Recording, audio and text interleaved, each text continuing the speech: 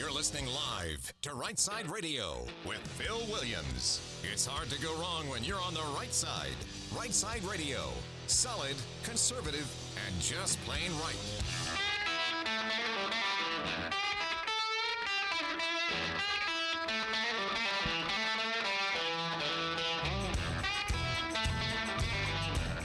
Alabama's syndicated news talk leader, Rightside Radio. Phil Williams here live in the Rightside studios. Man, we got the local, the state, the national, covering down on all the issues. And, oh, yeah, like the dude just said, solid, conservative, and just plain right. Well, welcome to Meatloaf Monday. It is a Meatloaf Monday all day long, and we got a sound effect for that. So play it, man.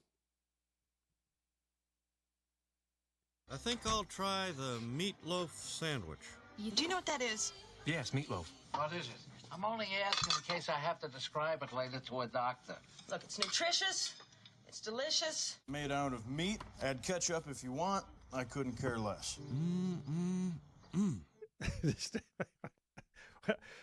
Was there a delay on the button over there? There was some delay for some reason there. We're sitting there staring at each other, and you're giving me the, yeah, like it's coming. Don't worry. We got there eventually. Meatloaf Monday. All right. Hey, we got a lot of stuff on the tap. And by the way, pushing buttons so ably on the board. JP, how you doing, man? I'm doing all right. By the way, did it snow earlier today? Did you see that? Did it snow? I saw flurries. I couldn't tell if it was sleet or snow, but it looked like flurries. If it did, there's not a gallon of milk left at the store. No, it flurried hard for about 2 minutes and then went away. Wow. How did I miss that? I don't know. I got big windows in my office. I must have been hunkered down doing the business of the people. Something important. Yeah. Absolutely.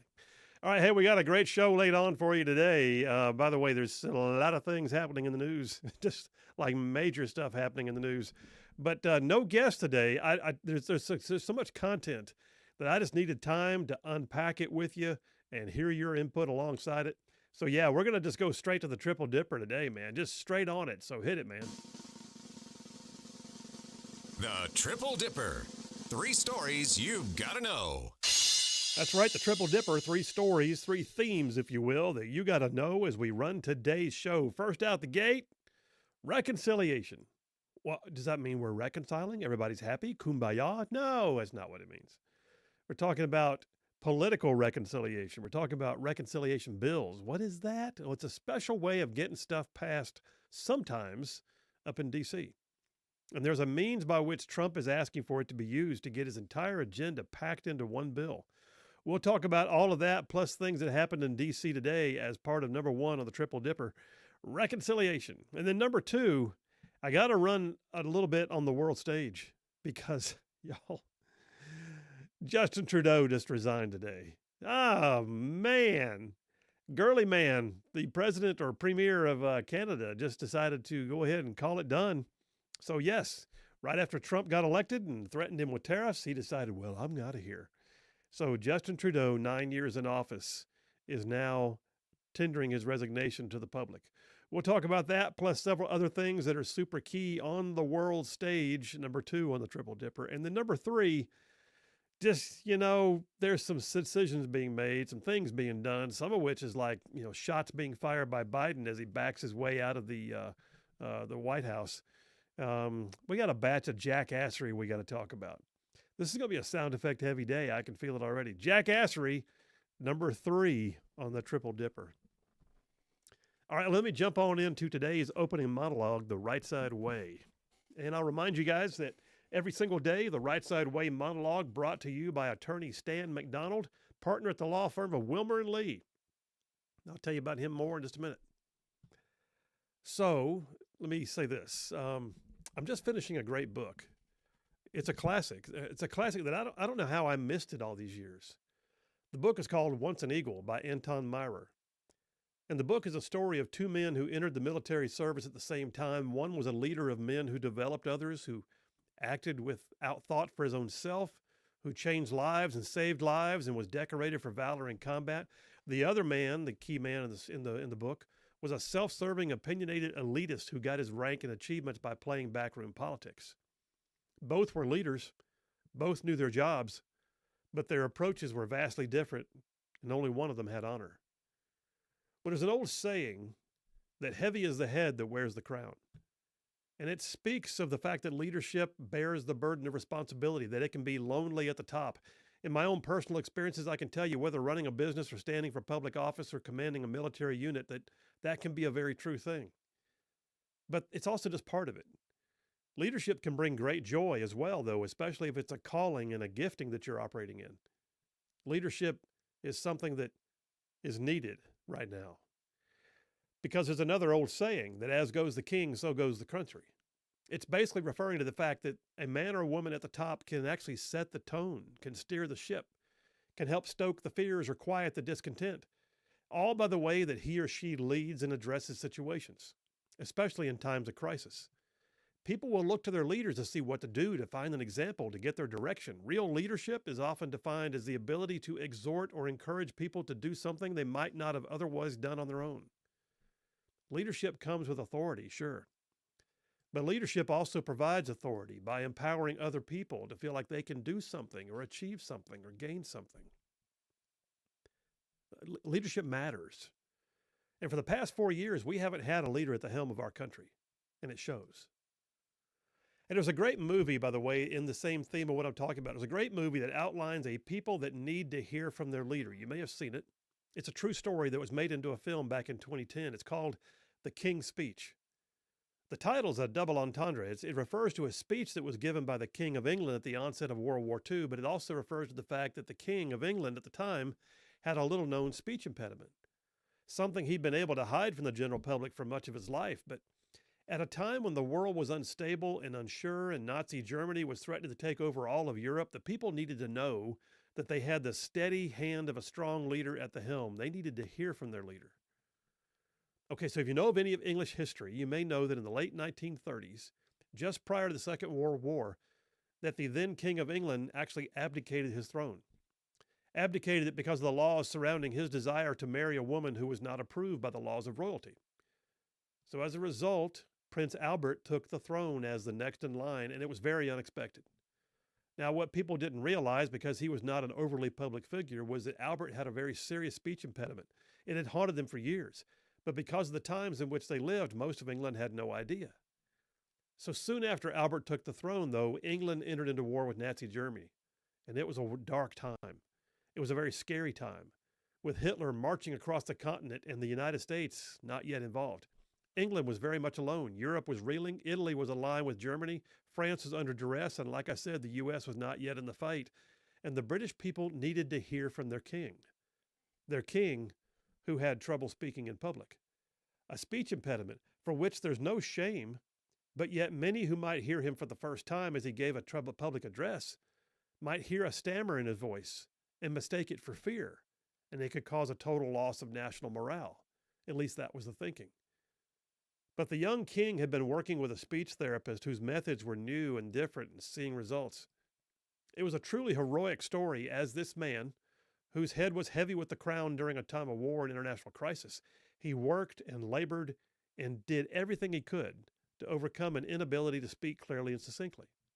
He did it because he understood that the times he was in did not afford him the luxury of staying silent. His people needed to hear him. He was their leader. So he walked in the authority that God gave him, and he struggled to overcome a speech impediment so that he could convey a message that resonated with an embattled nation. When it came time, he swallowed his pride and prepared a great speech. But it was decided that with the prepared speech, he would actually focus and try to remain quiet in a place that was prepared for him to do the speech. And he did. In a dimly lit, soundproof studio with a prepared speech, he focused and concentrated, and without a hitch, without a trace of his voice speaking or shaking, he delivered a speech for the ages. He rallied the nation via the new medium of radio, and he faced Hitler with resolve, and the people were inspired. Look, the thing is, the king in that story, it's a true story, by the way, could have just said, someone else give the speech. Or he could have also labored to be what his people needed and then botched it. But he was determined to be what his people needed because he knew that as goes the king, so goes the country is more than just a cliche. I can think of other examples of as goes the king in the Bible.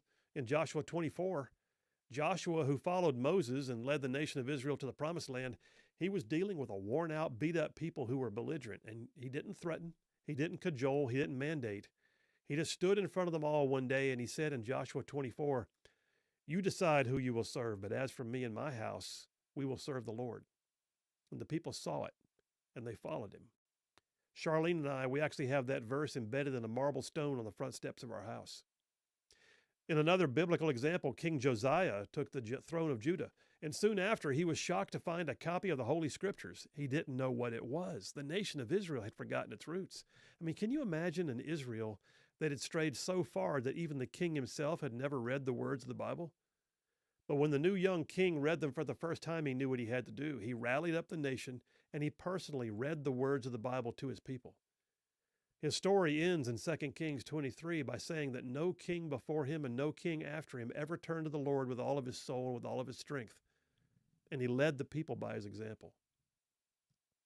My point is this: leadership matters. Not just leadership by virtue of one's position, but leadership by deep care and concern for the well-being of one's people, the history and the viability of the nation, a real and concerted effort to preserve them for future generations. It's not enough for the person in charge to simply say, "I'm in charge." I mean, to some degree, you have to earn it. A part of the fabric of this nation of ours that we live in now is freedom of expression, self-determination, and the ability to express ourselves. But what that means is there's rarely going to be a leader who escapes criticism, which means that a truly effective leader is going to have to prove themselves. And in the process of doing so, it will naturally come to be that people will look to see how that leader then expresses or speaks or acts in crisis. We can all have the luxury of fussing and debating when times are good. But when times are dark or tough, the troops need to look to their commander for confidence and direction. Me personally, I've worked for some great leaders, folks that I would storm the gates of hell with. I've also worked for some self-serving sycophants whose authority came more from the fact that they had a position or a rank than from any posture of leadership that they projected. But right now, as I speak, here on January 6th of 2025, right now, our state and nation needs more than just platitudes and threats and mandates. None of us want hollow rhetoric or empty executive orders. None of us want mandates. We want to know that tomorrow the sun is going to rise and we're going to be here to see it, and here's the plan to get us through to the sunrise. State governors and national presidents, they're vital. They're required by our constitutionally mandated form of governance. We're always going to have one. And we've seen, though, for the past 4 years that it is possible for someone to be thrust into that position who does not even have a clue what it means to inspire or to be selfless or to sacrifice greatly so that others can rise. We've had 4 years of anything goes because nothing was off limits and no one was in charge. As goes the king, so goes the country. The Biden administration set a tone, a negative tone, and the nation felt it. But a change is coming. And my hope is that the new Trump administration will rally up the people to their best moments in their worst times, not because they say so, but because they lead so. As goes the king, so goes the country. And that's a wrap for the Rightside Way. Yeah, as goes the king, so goes the country. And I'm telling you, leadership absolutely matters. But it's not just leadership because you were elected. It's leadership because you earned it. And it's leadership because you set an example. And it's leadership because you inspired. And it's leadership because you project confidence. We haven't had that in 4 years. Me personally, I'm looking for the change. Phil Williams, Rightside Radio. Y'all stay tuned. We'll be right back.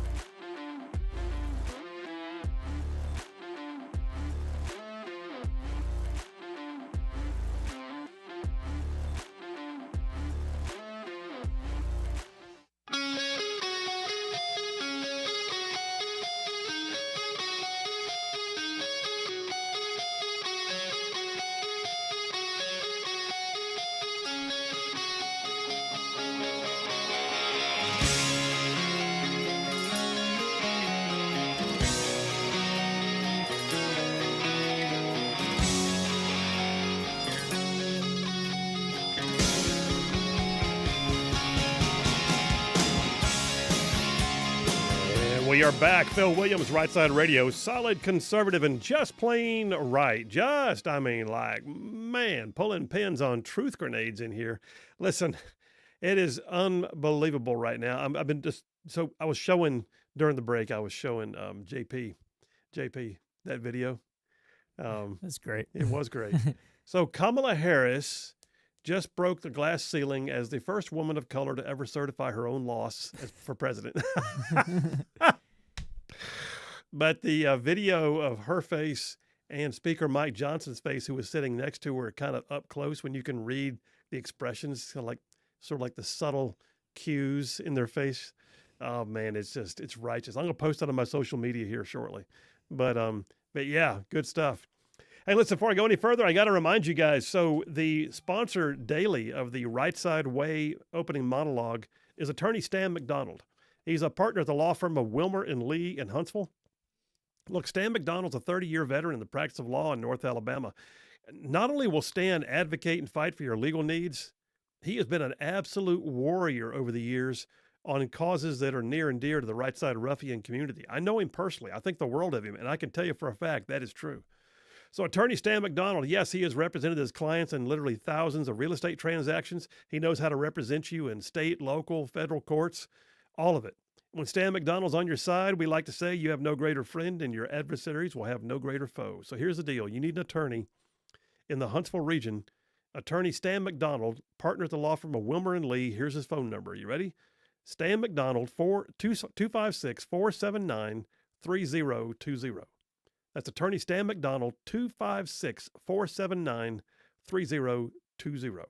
And here's that ridiculous thing I got to do.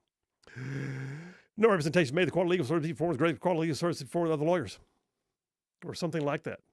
Something along those lines. I hope nobody ever comes along and goes, "I'm sorry, sir. In order to be in compliance, you have to read that clearly, Slowly and clearly. Slowly, you have to enunciate." Whatever. Like we're really going to advertise somebody as being a cheeseball lawyer. All right. Hey, listen. Yeah, but going back to the topic at hand a moment ago. So Kamala had to certify Donald Trump. Oh, the righteousness of it. It's so good. I mean, like on several levels, it's so good. But yes, that just happened a little while ago. So Donald Trump has officially been certified. Now all we got to do is get him sworn in. It does not mean stop praying for him, though. I'm saying I think this is the most dangerous time. He needs to be prayed for his safety, for his ability to be effective, for his clarity of mind and purpose, all of it. But Donald Trump has now been, and J.D. Vance, have now been officially certified with the results from each state being reported by members on the floor and the vice president presiding over the body, receiving the certification and announcing it as complete. So, yay! Let's get some applause out of that one. How about that? That's just worthy. Might need a dual round of applause. Give me one more. I just keep it going. The music just started. Oh, did it really? Yeah, we're already at Rats. All right, we're taking a break. We'll come right back. Plenty more applause where that came from. Phil Williams, Rightside Radio. Y'all stay tuned. We'll be right back.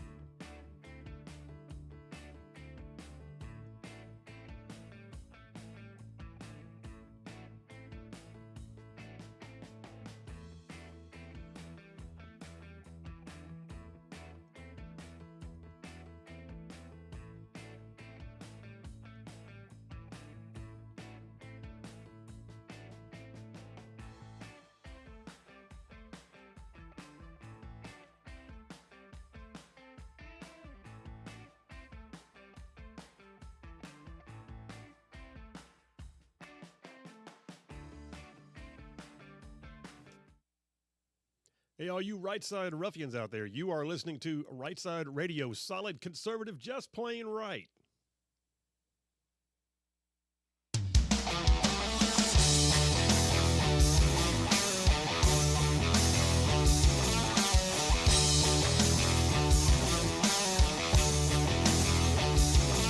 And we are back. Phil Williams, Rightside Radio, solid conservative and just plain right.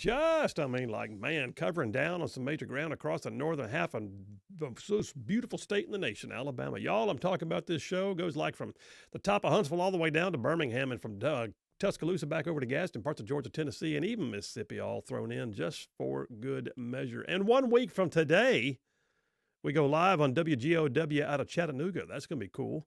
Looking forward to that. We were trading emails today with them, just making sure that everything's in sync, right? Yep, we are tracking as of now. In fact, I'm thinking their engineer is working on some stuff today. So if you're listening, shout out to you. We're glad. We're looking forward to be on WGOW starting next Monday in Chattanooga, which, by the way, that has a listening range that covers all the Chattanooga region of East Tennessee down into northwest Georgia and northeast Alabama. So we just about got like the top north of Alabama going into Georgia, northeast Tennessee. Yeah, easily. Good stuff. Looking forward to more. Press release went out today, by the way, announcing the fact that we not only are adding Chattanooga to our radio broadcast lineup, but that we are also officially telling the rest of the world who hasn't already figured it out that we have 2 additional podcasts in the mix. Did the most recent Controversial Mom come out last night? It did. It went up last night. Outstanding. Got another Liberty Minute coming this week as well. And then My Right Philosophy is in production right now. Yep, we had Birdman's come out last Friday too. Yep. We're rolling. All right, so we got 4 video podcasts, Right Click, Right Philosophy, Liberty Minute, and The Controversial Mom, all of which are up on our website and available on YouTube and others. RightSideMedia.org has all our stuff, and we go live with our Rightside Radio show in Chattanooga next Monday. So good stuff.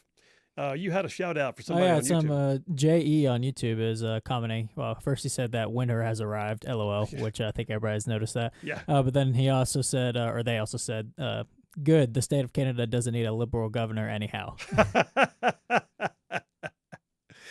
I don't know if Justin Trudeau's ever going to live that down. No, he's not. It just feels like he got bullied out. He got bullied out. It's like literally, it was like, get out of the play, get out of the sandbox. It's not your sandbox. And he just like, okay, and got up and left. All right, I'll leave. Took his toys and left. Jeez, it has such a feckless look to it. Yeah. Now I'm not so sure that he wouldn't have been like called out by his own governance anyway, but when you've got the world superpower to the southern border calling him out hard and threatening tariffs, and then he quits. Yeah.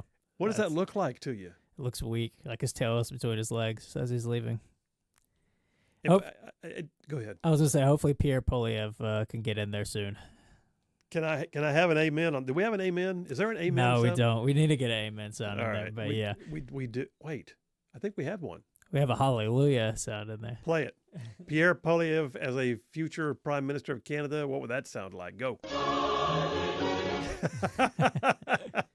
Yes. Several people in the text lines. Text lines are open. 833-687-4448. That's 833-68-RIGHT. Dave from Madison says, I seem to remember that when Biden came in that he undid a bunch of Trump's executive orders. Recently, I thought that I read that Trump won't be able to undo Biden's EOs. Which is it? Can the president undo his predecessor's EOs or not? Yes, but. So that sounds like a law school answer, but there it is. So yes, a executive order can be undone by another executive in succession or in the future. But the difference is going to be how they were styled. Like, for instance, there was an executive order done today that I'll probably show up later on my show here on the jackassery section. Biden has apparently decided here at the last minute to go ahead and ban oil and gas drilling in like 625 million acres of offshore region of the United States' territorial waters. Okay, on the way out the door. However, he claims authority of congressional act to do it, meaning that they have applied the interpretation of existing law to say, basically, this should have already happened, so I'm going with it. Arguably, it hasn't happened. Arguably, President Trump can come in and undo it. But also, arguably, is a congressional record or a piece of legislation that is being cited as the grounds for which it has to be done. So Trump will now have to have a legal team review and apply the law contrary to that position in order to make his revocation of it stand. What you got? Well, I'd say he went on some show today. I can't remember which one. Trump, yeah, and said that he's just gonna unban it day one, the offshore drilling. Might as well. But like you said, he's got to find a way for it to get, because if it doesn't find a way for it to stand, then every Democrat that comes in is just gonna ban it again, and then a Republican president is gonna have to come back in and then unban it, and it's just like flip flop. You know? It is. It's a ping pong game, and the thing that they have to do then is the Congress has to get involved. Congress has to come back and say, never our intent. Don't do that. While we have the majority. Yes, exactly. Anything you do with congressional action is going to be more lasting. Now, there's a whole bunch of stuff that Biden's done. Things like, I hereby revoke catch and release at the border. I hereby stop spending money on the wall. I hereby believe that LGBTQ agendas are worth pursuing in the U.S. military. You know, that Trump can undo those in a heartbeat. There is no existing law by which the Biden administration was able to sustain those. It was a matter of policy. Policy can be undone quickly. Policy based upon congressional action got a little more work to do.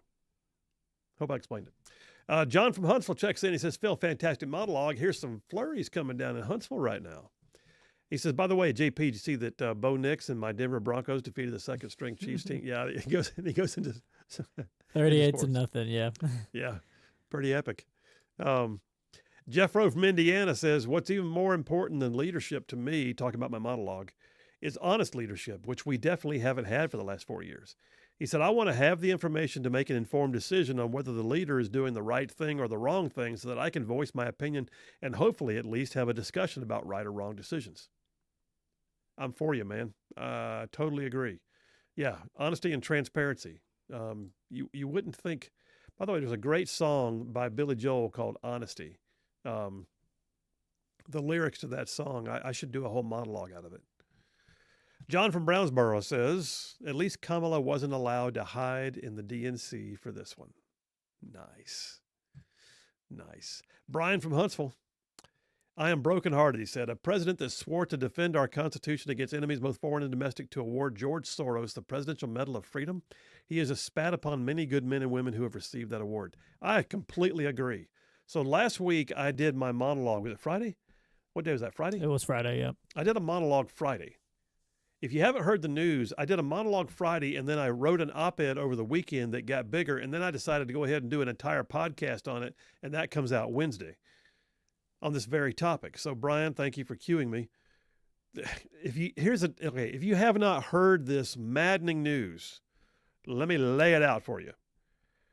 The top two awards that can be presented to a civilian in the United States are the Presidential Citizenship Medal and the Presidential Medal of Freedom. The Citizenship Medal is number 2. The Presidential Medal of Freedom is the top honor that can be awarded to a civilian. They both require a presidential decree.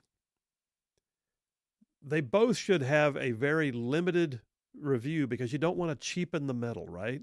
You don't want to say, everybody gets a participation trophy, because that's where we are. Trump gave out 24 in 4 years. Biden gave out 29 in 1 day. Just in my op-ed, I said he just basically had everybody belly up to the buffet, an all-you-can-eat buffet of medals. It was gross. So last Thursday, I think it was.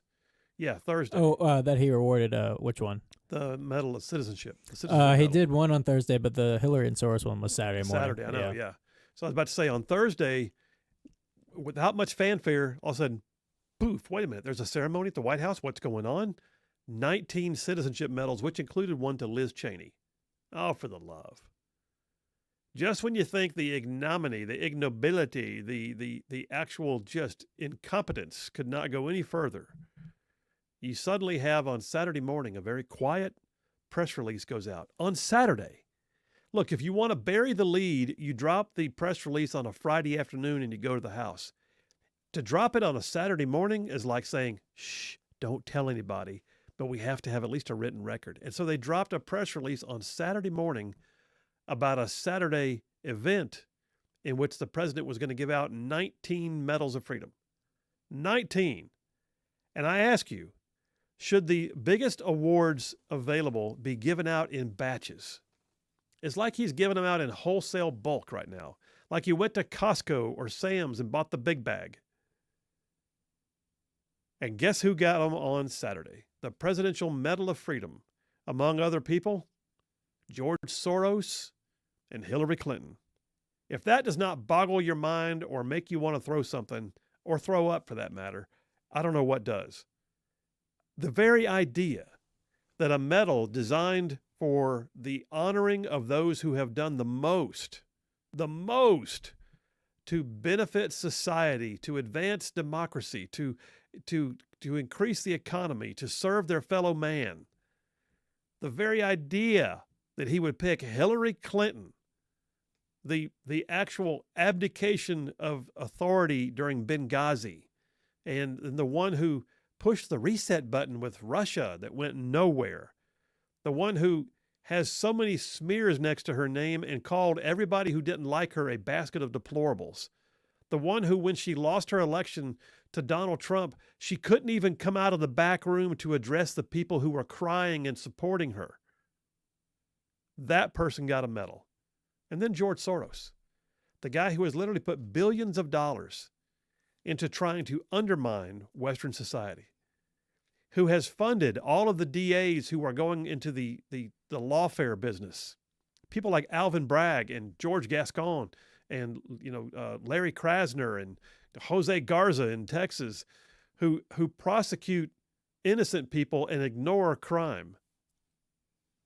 You're talking about George Soros gets a Medal of Freedom? George Soros, in Elon Musk's word, George Soros hates common man and is doing everything he can to destroy Western civilization. And George Soros has got a medal from Joe Biden. Whew. Okay. Listen, now you can understand why. You can see, you hear the passion? You hear it? There it is. That's why I had to wind up doing a whole podcast on this. It comes out Wednesday, but my op-ed came out today in 1819 News, and it'll be in a bunch of other news outlets over the next few days. Trustful Tribune probably tomorrow. By the way, also it's up on our Rightside Media page on Twitter. If you want to check it out there too. Oh, outstanding. Thank you very much. Yeah, it's, oh my gosh, it's unbelievable. But the truth is that's what we should expect really from a Biden administration. They don't have a clue what it means to lead or to inspire. My whole monologue this morning or this afternoon on the idea that as goes the king, so goes the country. What we just saw with the giving out of batches and batches of medals, of the all-you-can-eat buffet of medals, is a classic of as goes the king, so goes the country. We need to get back to real rewards. In fact, I called those participation trophies for the Biden world. It's just unbelievable. Whew, that was like a mini dipper, man. It was. I think that was the establishment rewarding itself. That's what I saw it as. Yeah, that was a self-licking ice cream cone. Yeah, that was. Like telling Joe Biden to reward, the people who tell Joe Biden what to do. Okay, now give me a medal, pretty much. That's exactly what it is. That's exactly what it is. A self-licking ice cream cone. All right, take me to a break, brother. We'll take a break right now. We'll come back, get a few more texts, and jump on in. Dipper number one, reconciliation. What's going to happen in D.C.? We'll tell you. Phil Williams, Rightside Radio. Y'all stay tuned. We will be right back.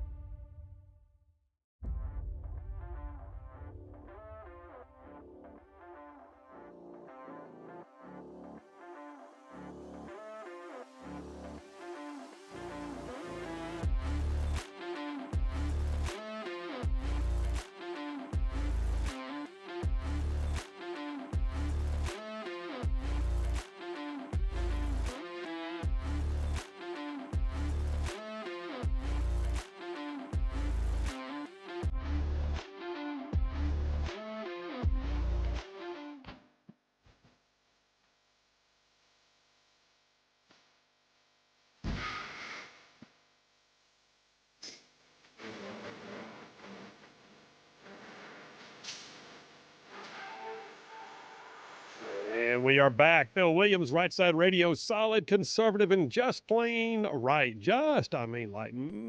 Making common sense like a superpower. I just posted, so I got to give props first of all to JP. He helped me rip the video. I couldn't get it off of online. He performed some of his techno whiz.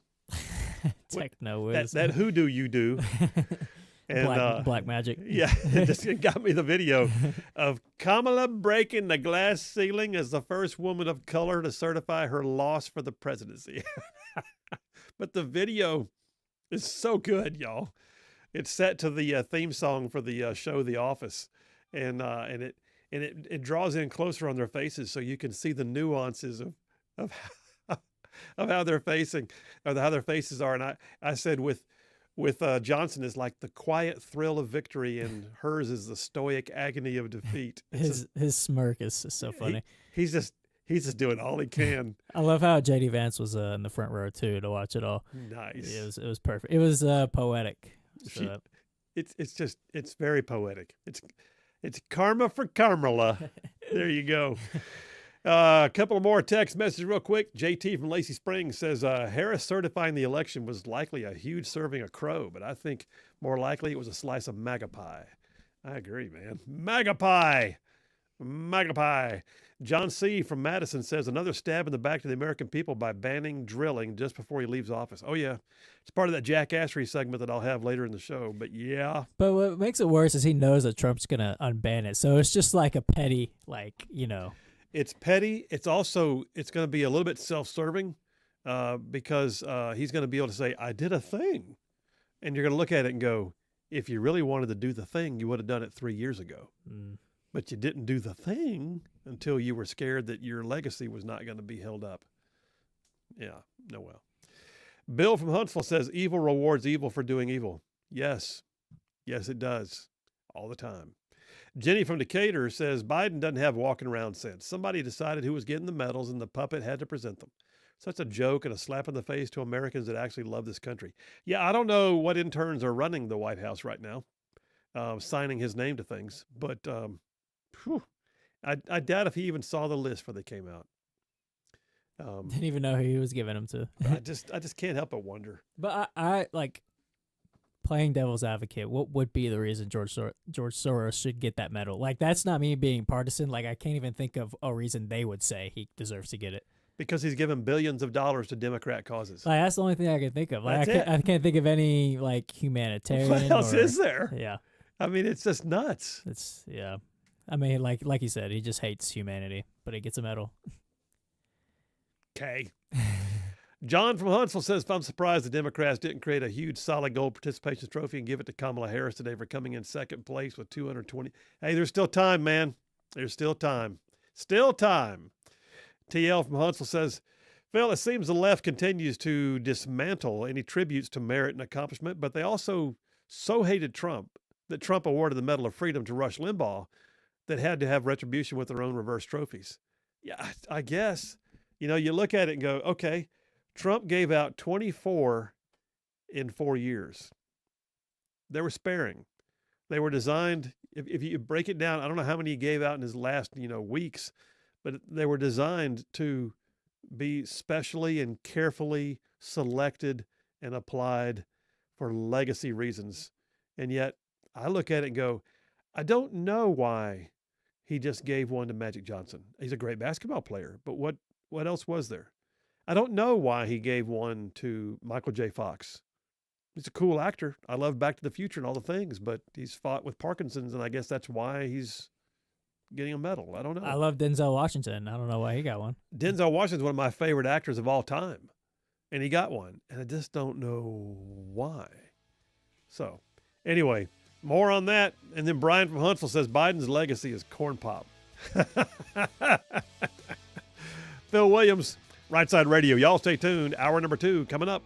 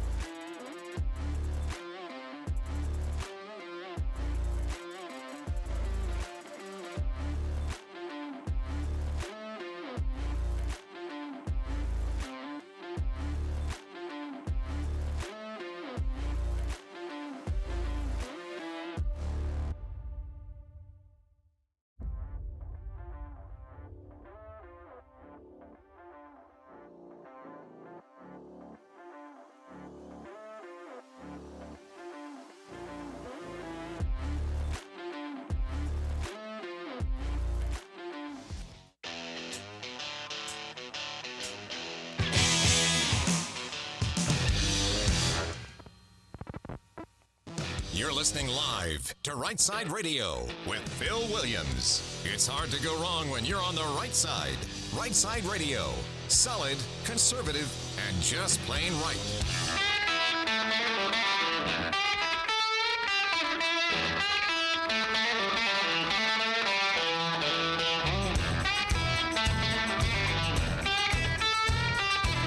Alabama's syndicated news talk leader, Rightside Radio. Phil Williams here live in the Rightside studios. Man, we got the local, the state, the national covering down on all the issues. And, oh yeah, like the dude just said, solid, conservative, and just plain right. Welcome to hour number 2 on a Meatloaf Monday.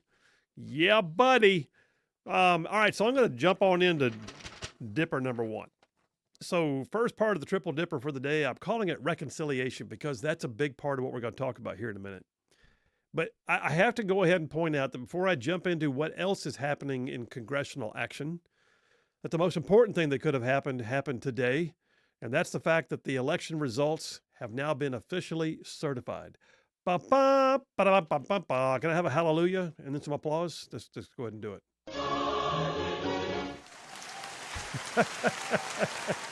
That's a great combination, man.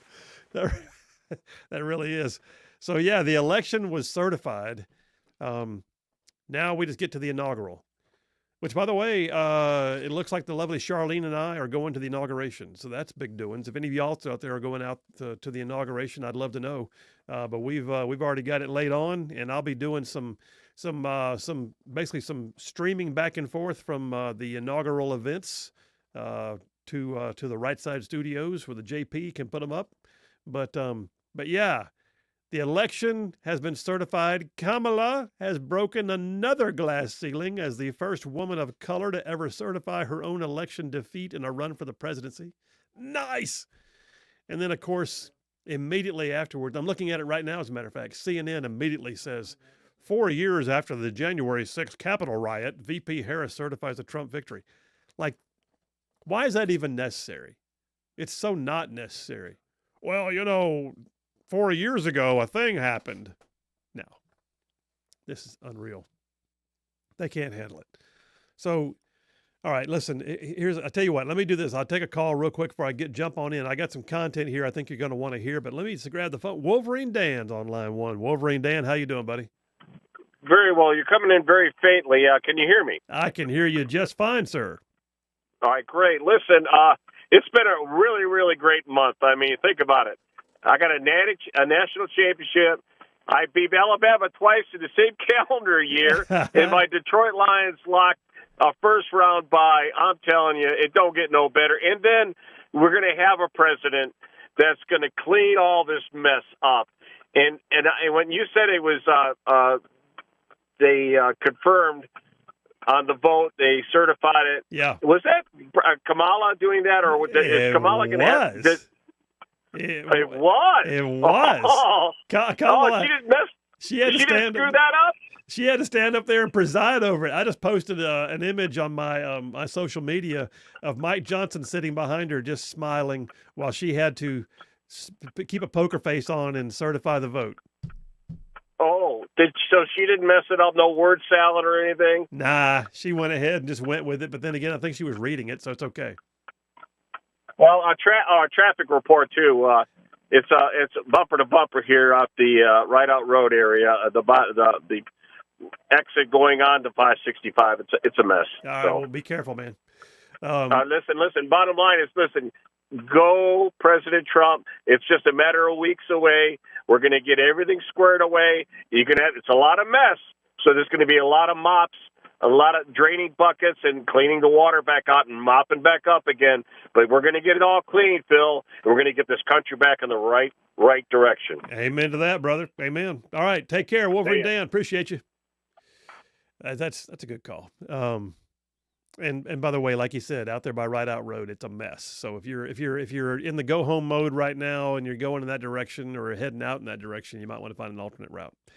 Okay, so here's the thing. The Republicans now own it all. Now we haven't seated. I mean, we seated the House and the Senate, so that's good. Trump does not take office for another, 10 days, 13 days. No, I'm sorry, on the 20th. So 14 days. Or 2 weeks. Yeah, 2 weeks from today. But for all practical purposes, Washington, D.C. is now owned, if you will, by the Republicans. A conservative majority on the Supreme Court, a conservative slim majority in both the House and Senate, and a soon-to-be president's or executive branch. That's all the branches of government. Guess what that means? We own everything, including the mistakes. We also own anything that we don't do. If we come in there with a mandate that we've been given, I say we, they, but you know what I'm saying. If they walk in the door and blow it and don't get it done, and they can't move the legislation, and they decline to get something done, and they play politics as usual, and they spend, and they don't get the border secure, then guess what? We own it at that point. We own it. Now, having said that, I will say this. Now, Speaker Mike Johnson this past Friday, he survived what wound up being a very tepid challenge to his authority or his leadership. He was renewed as the Speaker of the House.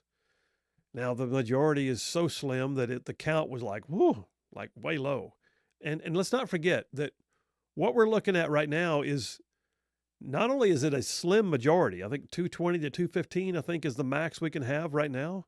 But here in the next couple of weeks, you've got Matt Gaetz is already gone, so we're down to 219. And then, so there's a special election coming for his seat. You've got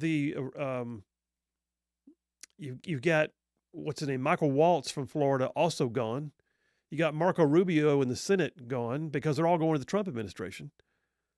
So we're about to get and Elise Stefanik from New York gone. So we're about to get real slim, like ain't no room for error.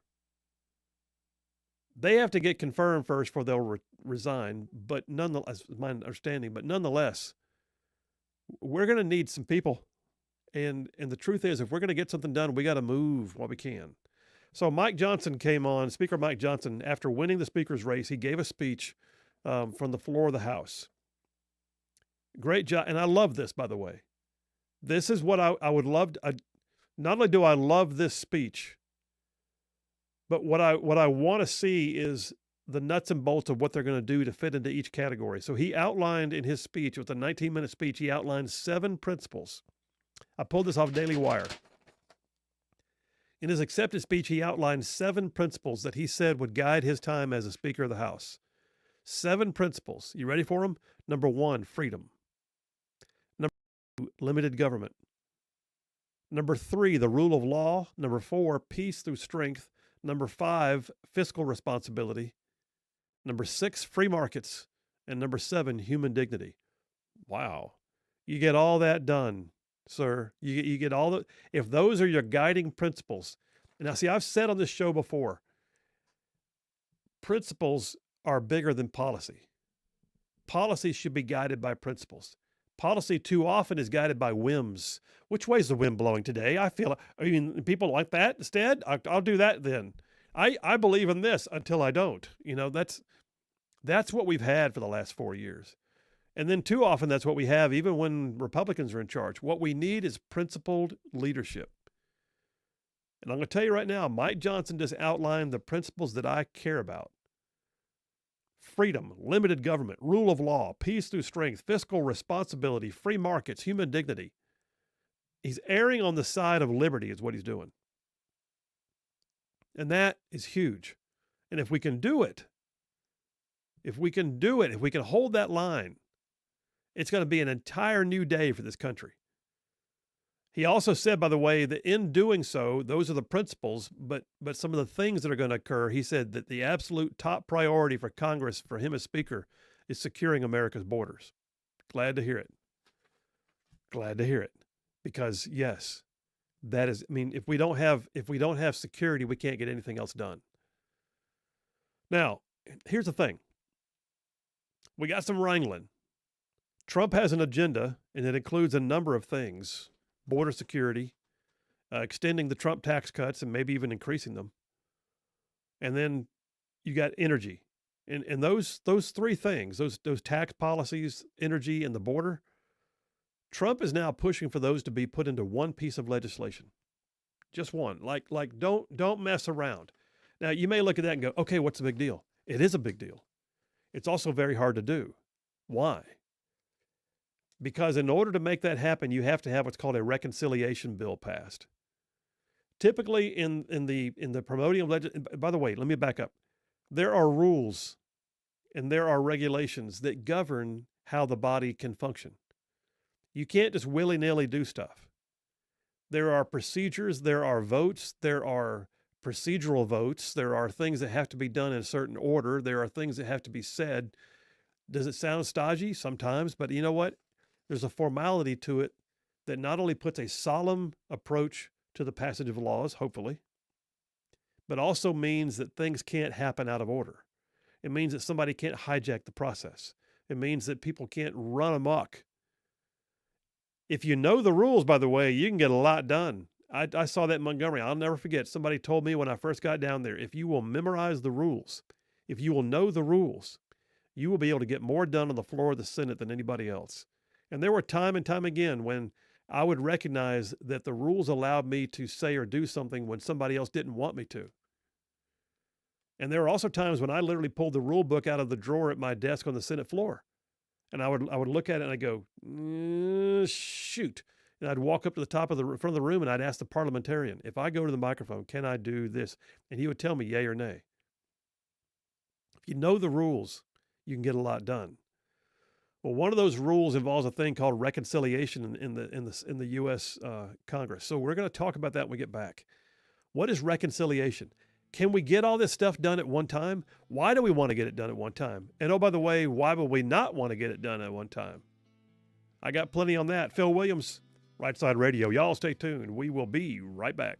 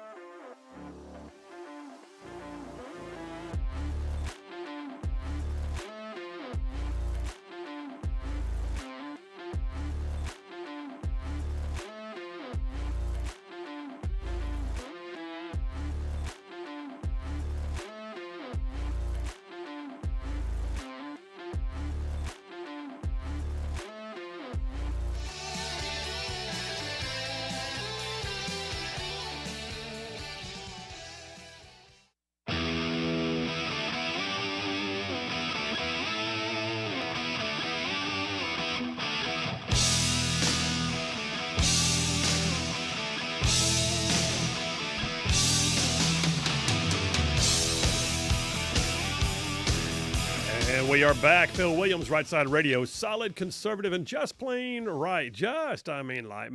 Pulling pins on truth grenades. That's what we're doing. So reconciliation, what is that? So you've got right now the Speaker of the House is saying we're going to bring the Trump agenda, which what I love is it's the Trump agenda, but it's really the Republican agenda. I love the idea that we have an agenda. First of all, take note of the fact that it's been a while since we've been able to say we have a Republican agenda. It's been so much just catch as catch can, do what we can, get a little something put in the bill. Can we get it through the Senate? I don't know. No. I love the idea that we control our own destiny at this point. That also means we have to govern. There are times when being in the minority is actually easier because all you got to do is say no.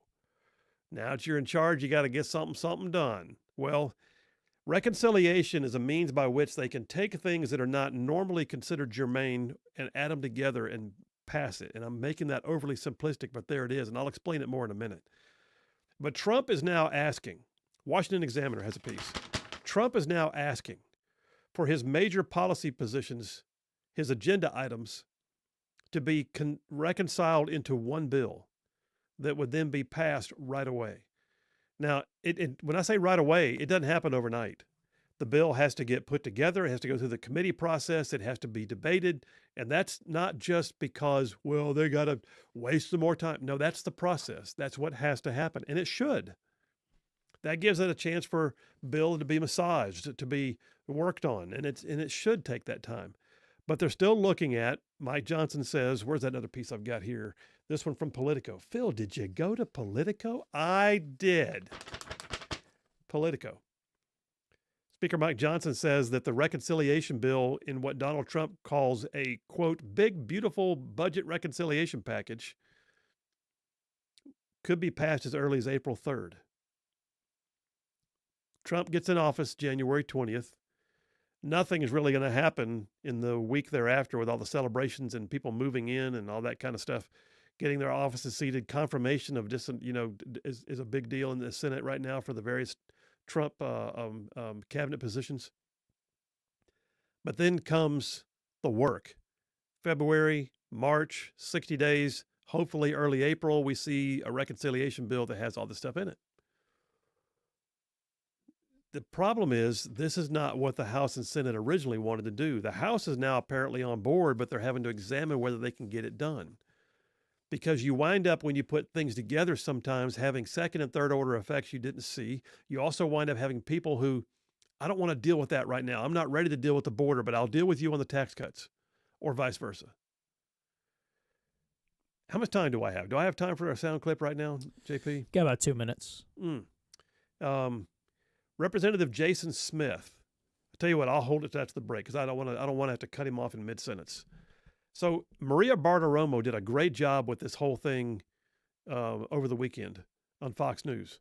And she had an interview she had done with Representative Jason Smith, Republican out of Missouri, who is, I believe, the chairman of House Appropriations. And then she followed up with Senator Lindsey Graham, who threw a little bit of cold water on it.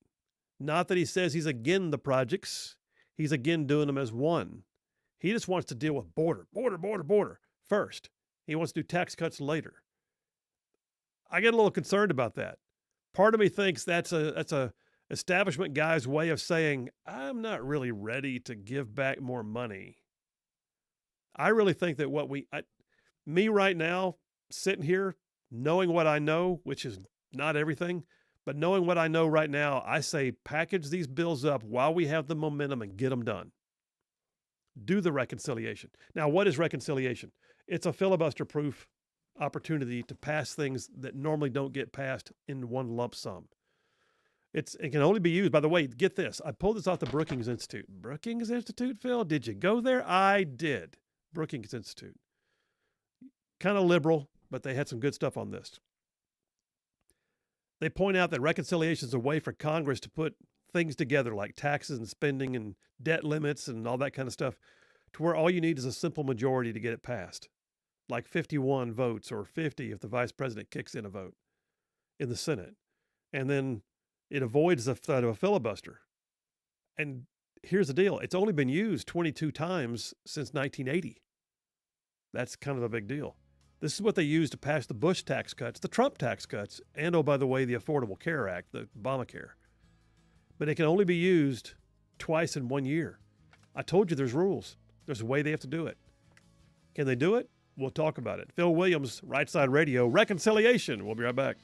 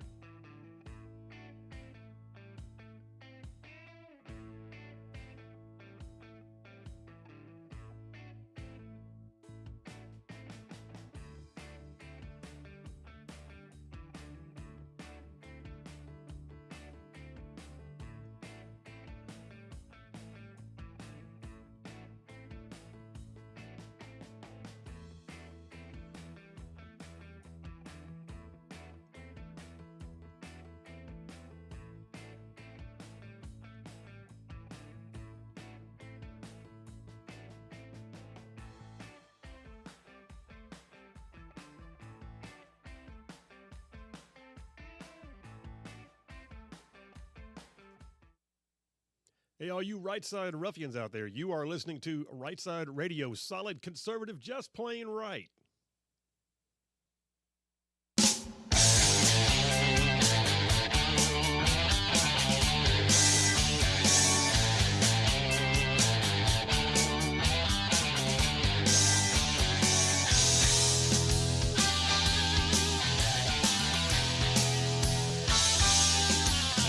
And we are back. Phil Williams, Rightside Radio, solid conservative and just plain right.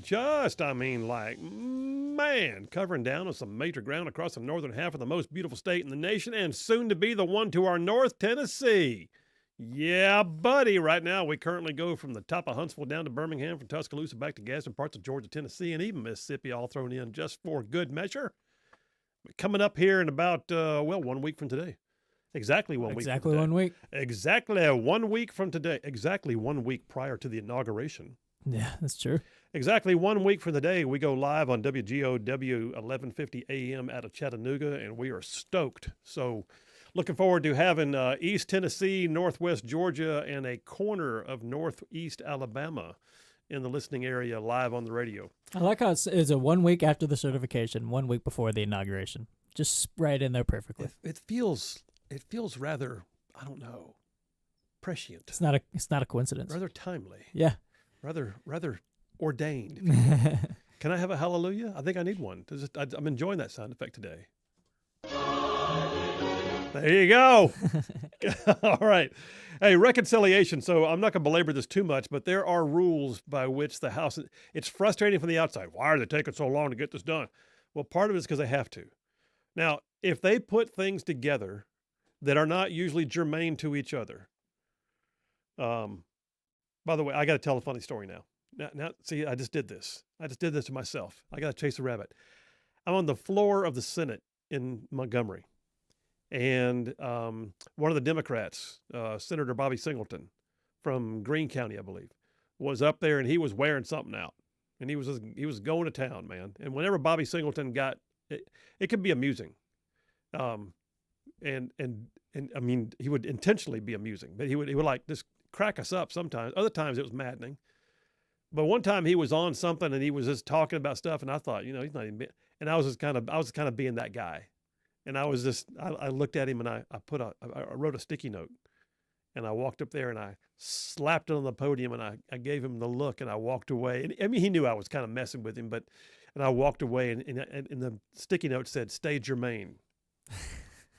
And he goes, "Stay germane? I have been told I have to stay germane. I'm going to be Jermaine and Tito and Michael and the whole Jackson 5. How you like me now?" So there's a story that was really funny to me at the time. But anyway, so you got to stay germane to the topic. But the way you do this up in D.C. to get something done in a combined effect is what they call reconciliation process. It literally requires the House and the Senate to agree on what's called a budget resolution. In other words, they have to isolate by vote certain things to the side and allow for certain things to take effect and to be coupled together. I'm oversimplifying it, but what I'm truthfully telling you is to do a single omnibus bill like this called a reconciliation bill, there are procedural hurdles they have to get through. Trump wants it done. Trump is asking right now to get this done. Now, here's the other thing. You can get, and this cracks me up, you can get this stuff added together, and then during the debate, you have what's known as the Byrd Rule, named after former Senator Robert Byrd. And the Byrd Rule literally gives senators the right to object to any certain provision on the basis of spending or revenue, and they're allowed then to raise a point of order. Now, I did this all the time. I would go to the floor of the Senate, and I would say, "Madam President, I have a point of order. For what purpose do you rise? I have a point of order, Madam President." "Yes, the floor recognizes Senator Williams for a point of order. State your point." And I would make my point, and then the parliamentarian would have to rule. And that's a means by which you can verify they can do something. You can also slow down the process, and you can interrupt their train of thought. I'm just saying, it's a tactic. But I would do this stuff, and that's what they're doing. The Byrd Rule in D.C. allows them to do the same thing. A point of order as to whether something is germane or merely considered incidental. If, in fact, they can get something carved out, it becomes known as a bird dropping. How's that? The Byrd Rule can create bird droppings, And those things that are cut out and lay around at the end are provisions that are no longer necessary. They're known as a bird bath. That's funny. Don't tell me they don't have a sense of humor in D.C. Where's the bird seeds in there? Yeah. Oh, I like it. What else can we do? Bird seeds. I don't know. Anything bird at all. Bird strikes. Bird strike. Yeah. All right. So all that to say, Trump wants it put together, though. Is it too big to get it done? I don't know. I got a sound. Let me do this. I'm going to jump on that sound clip.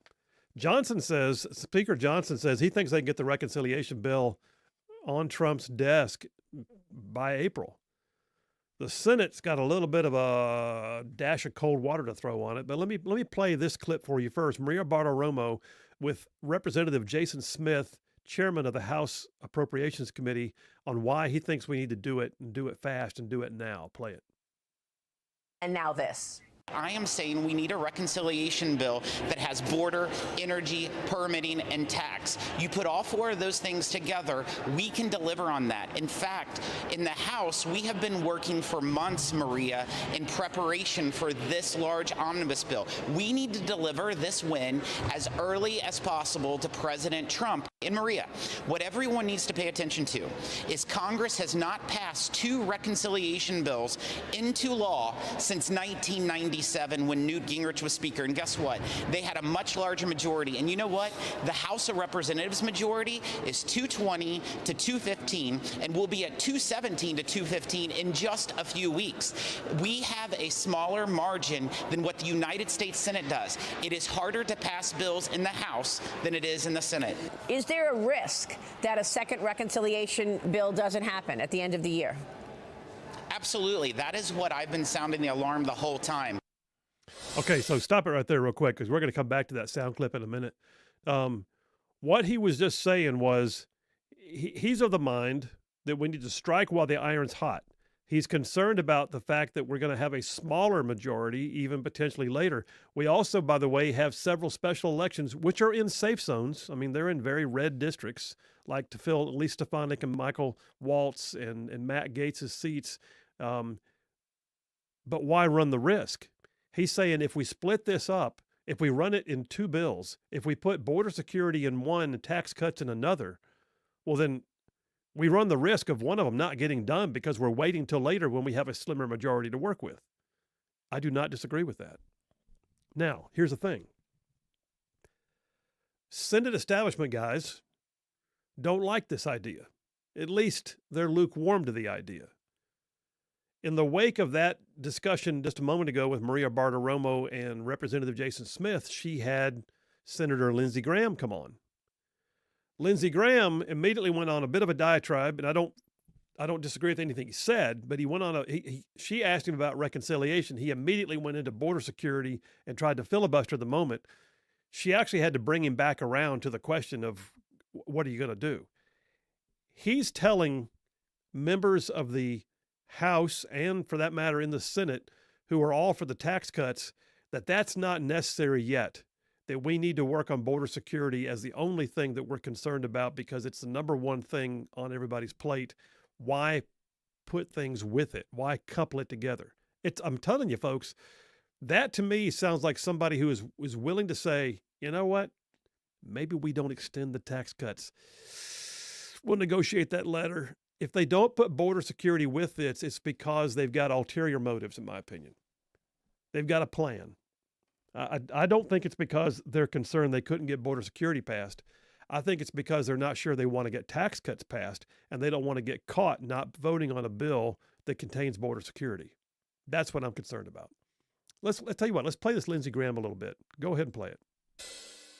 And that was House Ways and Means Committee Chairman Jason Smith with me last month on Mornings with Maria, echoing what appears to be what President Trump wants, as you just heard from the Speaker, Mike Johnson.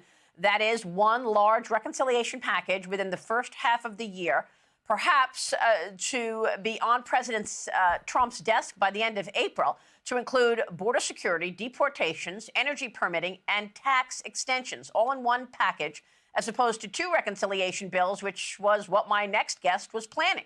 Join me now with the agenda and the man writing legislation, helping to set that agenda, In the Senate is South Carolina Senator Lindsey Graham, the chairman of the Senate Budget Committee. Senator, great to see you this morning. Thanks so much for being here. You heard Mike Johnson and what President Trump wants. Can you get it done? I'm very worried. I'm very worried that if we don't put border first and get it done, it's going to be a nightmare for our national security. We've got millions of illegal immigrants that President Trump has promised to deport, and he should. Why are we doing mass deportation? Because we had mass illegal immigration. Laken Riley's murderer was released because there was no bed space to hold him, and he was paroled, and he raped and killed the girl. Right now, we have 41,000 beds. Under the Trump plan, we're going to go to 150,000 beds. We're going to double the number of ICE agents to find people and kick them out. We're going to finish the wall and put technology on the border to shut it down. That cost $100 billion. I'm willing to offset the $100 billion with cuts in other places, but there's no way in hell Democrats are going to give us $100 billion for mass deportation. Every day we delay is a dangerous day for America. 3,000 Americans die from fentanyl poisoning every 2 weeks. I've never seen so many threats to our nation as I do now. It started with Afghanistan. ISIS is on the move. They're coming here. Last year, we found 8 people from Tajikistan that were affiliated with ISIS. I wrote a letter to Schumer saying, let's have a hearing about ISIS-K in Afghanistan. He blew me off for an entire year. Now he wants a hearing about New Orleans. The threats to our nation are large. I want the tax cuts. They're $4.7 trillion. They will ruin the economy if they expire at the end of the year. I will try to be a team player here, but I want to tell the American people, from my point of view, the #1 job is to secure the nation for the federal government. Our border is broken. I wanted it fixed by February the 17th. To the tax cut wing of the party, I am with you, but if you hold border security hostage to get tax cuts, you're playing Russian roulette with our national security. Okay, back. All right, stop there. All right, so what you just heard was someone who is advocating for border security, granted, and I get it, totally get it. But he's advocating for setting aside tax cuts in favor of just getting border security done by itself first. The question I have is, why are they not all on board with doing everything at one time? And if the House can get it all done at one time, why can't the Senate? All right, his point is he believes that one being coupled with the other could jeopardize the whole thing. If that's the case, then we don't really have a majority. What he's saying right there is that literally, there are members of the Senate who will vote for border security who are not prepared to vote for an extension of the tax cuts. That's what he's saying. He's also saying that there are those who are so hawkish on spending that they are willing to sacrifice border security to get the tax cuts done first, and they'll hold the border security hostage. Listen, I look at that and I think all the more reason to couple them together so everybody gets what they want at one time and be done. Now, will there be some massaging of the content? Certainly. Will they have this $sign move to that $sign? Yes. Will they move a decimal point here? Yes. Will they make sure that they include language that, it makes somebody else happy in Texas but not in Arizona? I mean, yes, all that. That's the debate. But there should be no debate on getting all of it done. There should be a border security, tax cut, energy plan, put in one omnibus bill, pass it through reconciliation, and get it done. And now, I'm not up there. My political experience is in the state capitol. I don't know what I don't know in terms of what they know, because I know for a fact there have been times when I have been in the middle of a debate and had somebody in the media say something and me think they don't understand the process. So if there's a piece of this that I don't see right now, someone is welcome to explain it to me. If you can tell me why not, then okay. But the rules allow for reconciliation twice a year. The rules allow for it to be a coupling of things that would otherwise not necessarily be germane to each other to get done in one omnibus piece. President Trump is calling for it. The House is saying they can do it. The Senate needs to be ready to do it. And this is my concern about having people like John Thune and Lindsey Graham being in charge, because The establishment does not like to be told what to do. And the establishment does not like to be told they can't spend more money. And the establishment does not like to have procedure move them faster than they would care to go. Well, I saw Thune did an interview. He said that his job is to explain to Trump what's realistic in the Senate and what can be done. And it's like, no, that's not. That's not your job, actually. Well, I mean, he runs the Senate, but if it turns out that the Senate is going to pull another John McCain and not repeal Obamacare kind of thing, then my God, I'm gonna go scorched earth on that.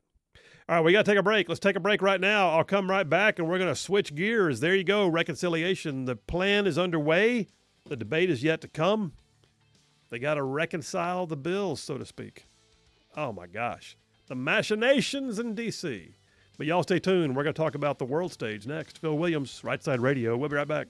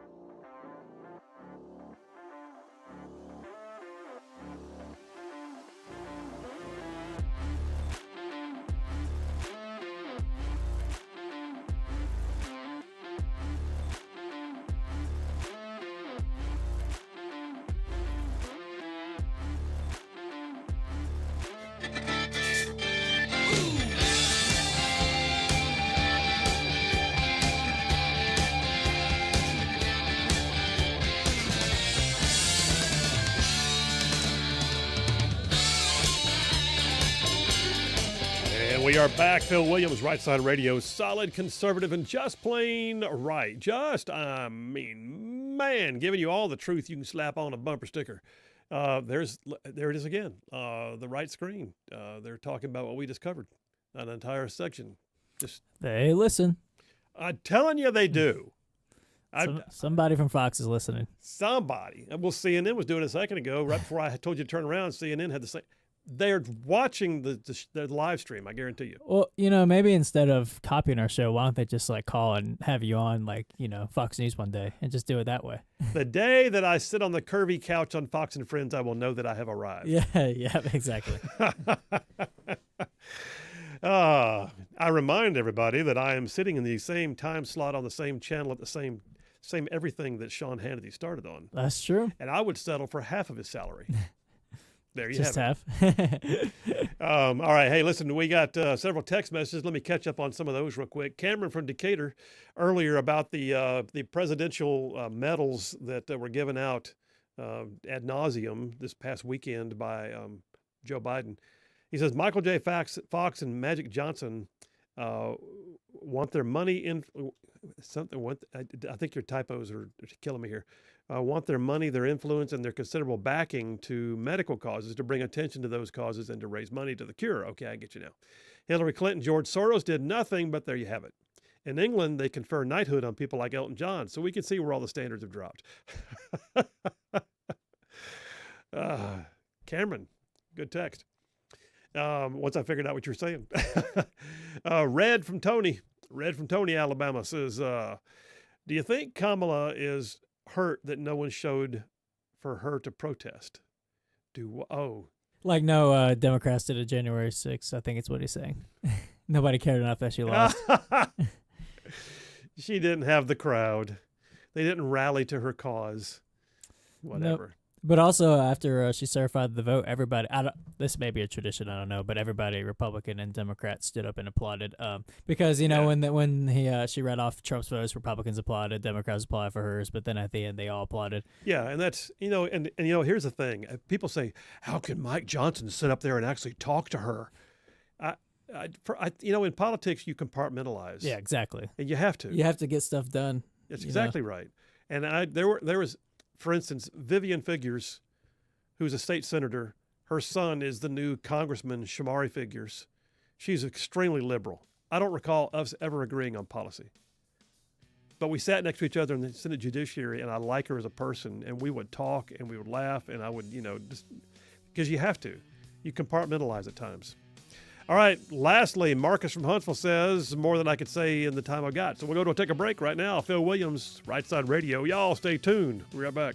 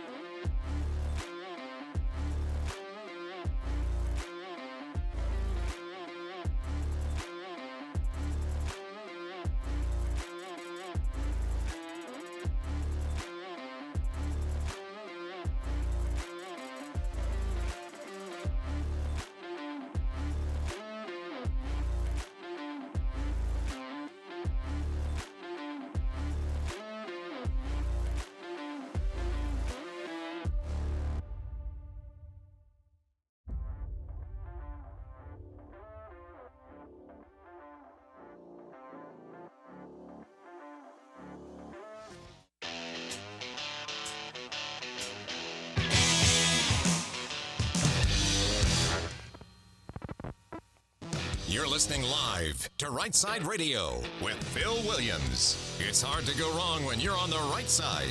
Rightside Radio. Solid, conservative, and just plain right.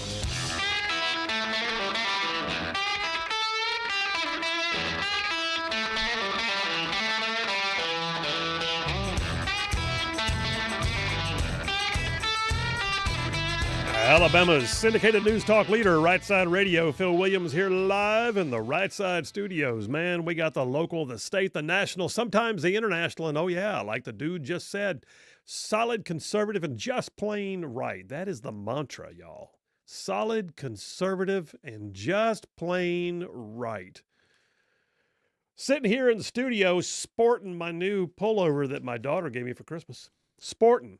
Looks nice. Thank you. I appreciate that.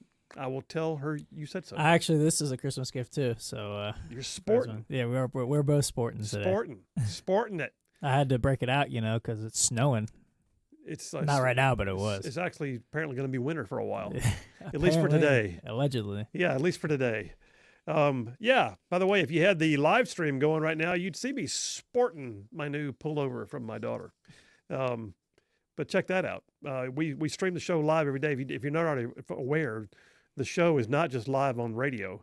It is also live on the big wide world of the internet. All right. So you can go out there and stream it in live video and audio or audio from YouTube, Twitch, Rumble, where else? Oh, twice on X. Mm-hmm. Am I missing anything? You said YouTube, right? I think I did. If you didn't, then YouTube. And our website. And the website, yeah. If you go to rightsidemedia.org. Rightsidemedia.org. That's us. All our stuff's on there. All right, so let's do Dipper number 2 for a minute. Y'all, we got to talk about what's happening internationally, because I think what we're seeing, my sense is that what we're seeing is a shifting of the political winds beyond the borders of the U.S. And I think part of that has been emboldened by U.S. politics. I do. Yeah, I said earlier in my monologue, as goes the king, so goes the country. Leadership has influence, is my point. Well, that is also true in the world geopolitical politics. You've got the United States, when it does something of a scale, the rest of the world looks over there, takes notice, but it empowers. When people in Italy see the grassroots pushing back against liberal mantras in the United States, it emboldens them. Giorgia Meloni is now the prime minister of Italy, and she is extremely conservative. When we look down south and see budget cuts by Javier Milei down in Argentina, fuerte, a fuerte. I love him so much. It emboldens us, because we watched him actually cut government, cut spending, and they didn't collapse. And I think that greatly inspired Elon to create the Doge with Vivek. Absolutely. So what I'm saying is, on the geopolitical side, yes, there are times when things will happen and it emboldens people. There's also times when things will happen and it causes change. Like what just happened in Canada. Can I get another hallelujah? I mean, Canada. We just saw Justin Trudeau resign. What? Did this happen? Yes, it did. So townhall.com had a piece that came out yesterday saying that Justin Trudeau, reports were that he was going to resign this week, like maybe as early as Wednesday. He didn't make it to Wednesday. He resigned on Monday. So we already have that basically his party is expected to be decimated in the next federal election, which is like later this year. The Trudeau government suffered a serious blow when he lost some of his top officials. Chrystia Freeland and Sean Fraser both resigned. Trudeau was facing one no confidence vote after another and barely surviving. And it was clearly seen as the people of the nation getting sick to death of the hyper-liberal policies of big government. They got a ration of it during COVID badly. I mean, Canada stayed locked down longer than California. I mean, it was unbelievable. They were arresting pastors and And we had some of that in the United States, but Canada was on a national scale. The quarantining it was unbelievable. And then you had, you had the grassroots begin. Do you remember the Truckers' Freedom Convoy? Remember that? I do. Oh, that was great. That was awesome. I loved it. I did a whole segment on that on the show when they were doing that. The Truckers' Freedom Convoy. And, oh, by the way, they were shut down. The big hand of government came in and not only told them to disperse, but began arresting people and freezing their bank accounts for daring to have a voice. It was sick. And then you look at what's happening on our northern border. So it's not the same as the Mexican border in terms of the masses of people, but we are seeing an exponential increase in illegal border crossings from Canada, and they're doing nothing. I mean, our relationship with Canada is supposed to be different than Mexico. It is. Canada's like, our brother to the north, right? We play soccer and basketball and hockey and baseball against all of them. We speak the same language, largely speaking. They have the French speaking at Quebec, but generally speaking, the Canadian public speaks English. We've actually had units that were formed together between Canada and the United States that fought as one unit together in World War II. They're our ally. They're part of the massive infrastructure of major allies that we rely on. And yet they have been going down a liberal path that beats it's like watching California writ large in Canada. Well, Justin Trudeau was getting his backside handed to him. What they were having happen over and over again was every election, every parliamentary election, more and more conservatives were gaining ground. More and more conservatives were gaining ground. More and more and to the point that it was obvious that he was hanging on by a thread. Because they have what's called a coalition government there, and the party in control is allowed to pick the prime minister, and he's been in control for 9 years. But this little effeminate guy running a Western nation, I mean, does anybody look at him and take him real serious? I mean, does anybody in the Middle East go, well, oh my gosh, what did Justin Trudeau say? No. He's like this little nebbish who somehow or another sweet-talked his way into the office, and they don't know how to get rid of him. Well, today he resigned. So Town Hall reported yesterday he was expected to resign with a disapproval rating around 68%, by the way. 68%. I mean, y'all, in polling numbers, that's massive. 68%. I'm pretty sure Darth Vader would get a better polling than that. Today, Fox News reports at roughly midday, Canadian Prime Minister Justin Trudeau announced on Monday he intends to resign as party leader and prime minister after pressure from within his own party. He's also in the wake of threats from Donald Trump to have tariffs put on his country.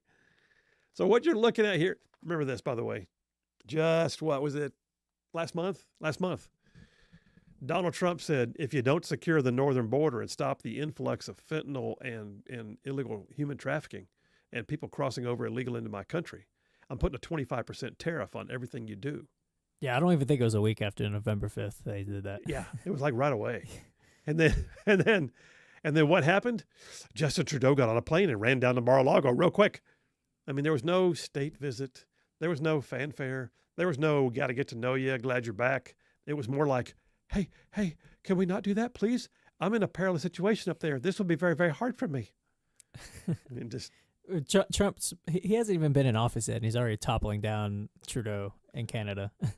I'm loving it. So Justin Trudeau, in his resignation letter to the nation, said, as you all know, I am a fighter. Said, I'm not anyone who backs away from a fight.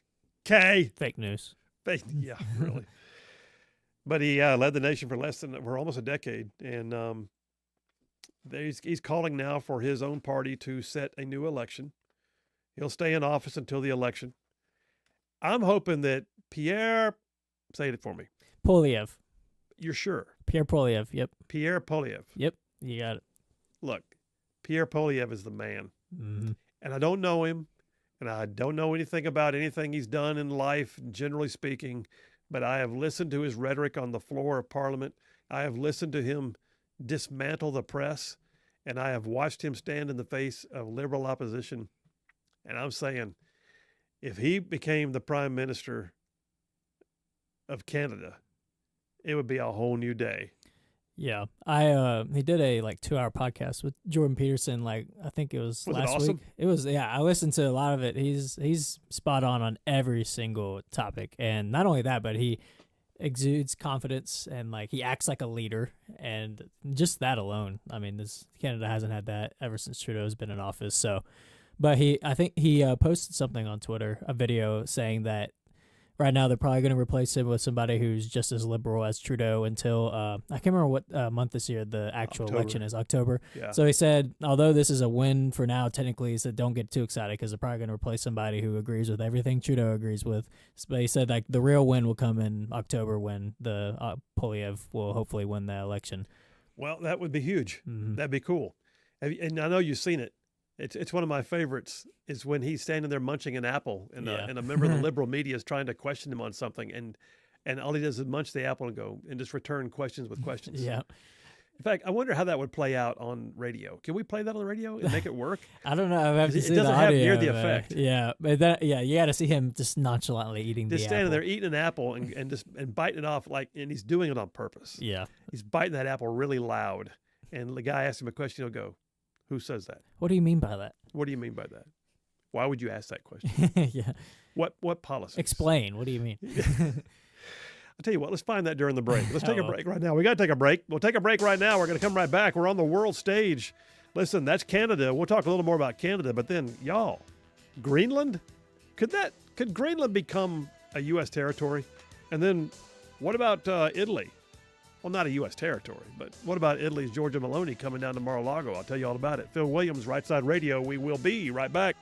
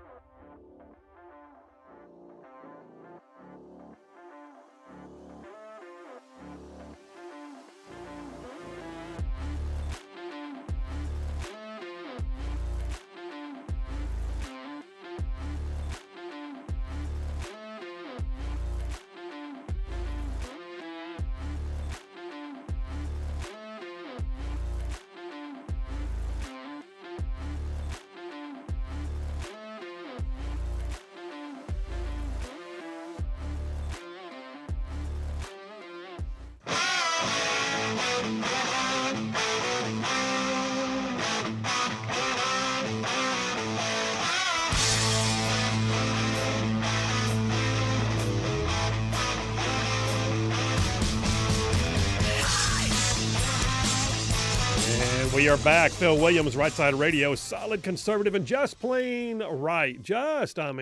Man, dropping truth bombs everywhere. That's what we're doing. JP just did some of that who do he do, and pulled together the audio clip of Pierre Poilievre. Why can I not say his name? Poilievre. Pierre Poilievre. Yep. There's an R in there, and it's apparently silent. It's a silent R. Dadgummit. Pierre Poilievre, who is right now is certainly my pick. If I could vote in Canada, I'd be voting for Pierre come October, I believe it is. There's a clip of him. Well, there's a lot of clips of him. There's a lot of audio out there or video you can watch. I challenge you to take a look at it. It's worth it because he is like a case study in how to speak truth to power, and he's also a case study in how to dismantle the liberal media. And he does it with such calm and aplomb. But let's go ahead and listen to one. Now, picture, if you will, are they standing like in an orchard somewhere? Yeah, it's an orchard. They're standing in an orchard. He's munching on an apple. And a liberal member of the media is trying to bait him with questions that are designed to put him in a bad light. And all he's doing is handing it right back, and the media guy does not know what to do. Oh, where I got to pause right now is just him like mid apple chew, looking off and like smiling at somebody, like knowing what he's missed, like what he's doing. And he's eating the apple the whole time. Yeah. Go ahead. Why should Canadians trust you with their vote, given, not just the sort of ideological inclination in terms of taking the page out of Donald Trump's book, but what are you also talking about? What page? What page? Can you give me a page? Give me the page. You keep saying in terms of turning things quite dramatically in terms of Trudeau and the left wing and all of this. I mean, you make quite a it's quite a play that you make on it. So I'm not sure. I don't know what your question is. Then forget that. Why should Canadians trust you with their vote? Common sense. Okay. Common sense for a change. We're going to make common sense common in this country. We don't have any common sense in the current government. The guy prints $600 billion, grows our money supply by 32% in 3 years. That's growing the money 8 times faster than the economy. No wonder we have the worst inflation in 4 decades. I'm going to cap spending, cut waste, so that we can balance the budget and bring down inflation and interest rates. You'll want to be able to pay your mortgage again? You want to be able to afford rent? Then you have to vote for Pierre Poilievre, because I am the only one with a common sense plan that will bring back the buying power of your paycheck. I love it. The whole interview's that way. Well, we'll see what happens, man.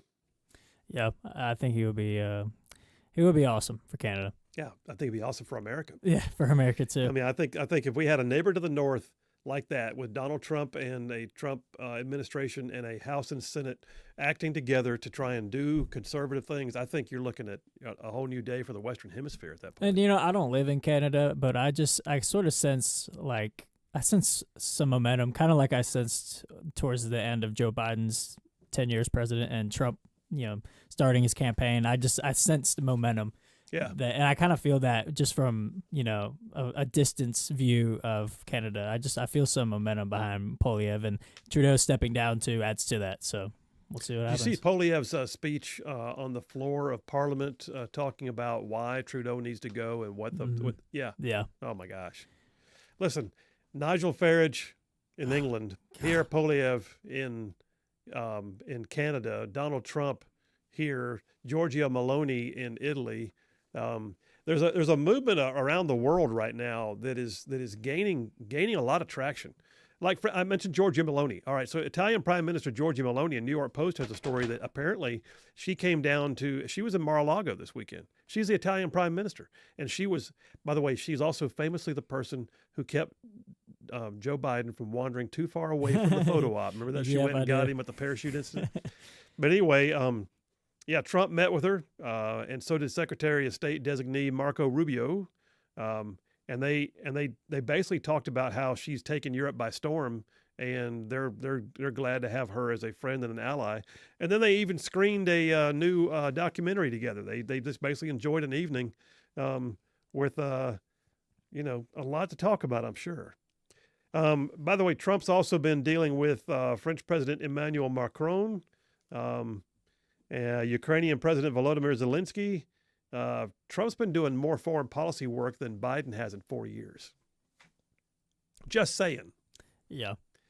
All right, we're taking a break right now. When we come back, though, I'll continue this thread because there's a lot of things happening in England, Great Britain, that are very disturbing. And there needs to be a change in government simply because of what they've been allowing to happen if what they're saying is true.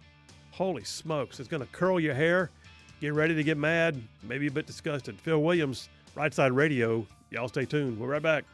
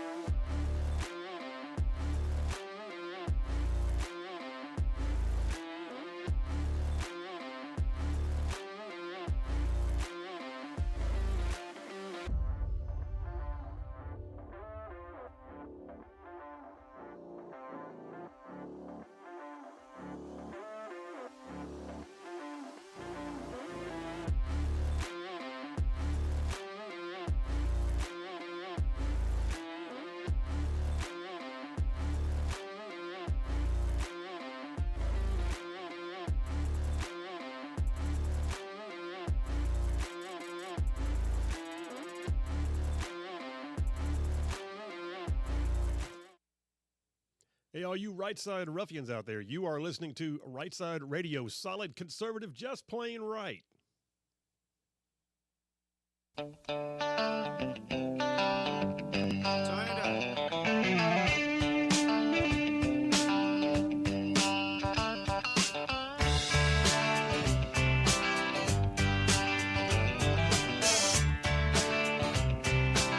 And we are back. Phil Williams, Rightside Radio, solid conservative and just plain right. Man, covering down on some major ground across the northern half of the most beautiful state in the nation. This one, Alabama, y'all.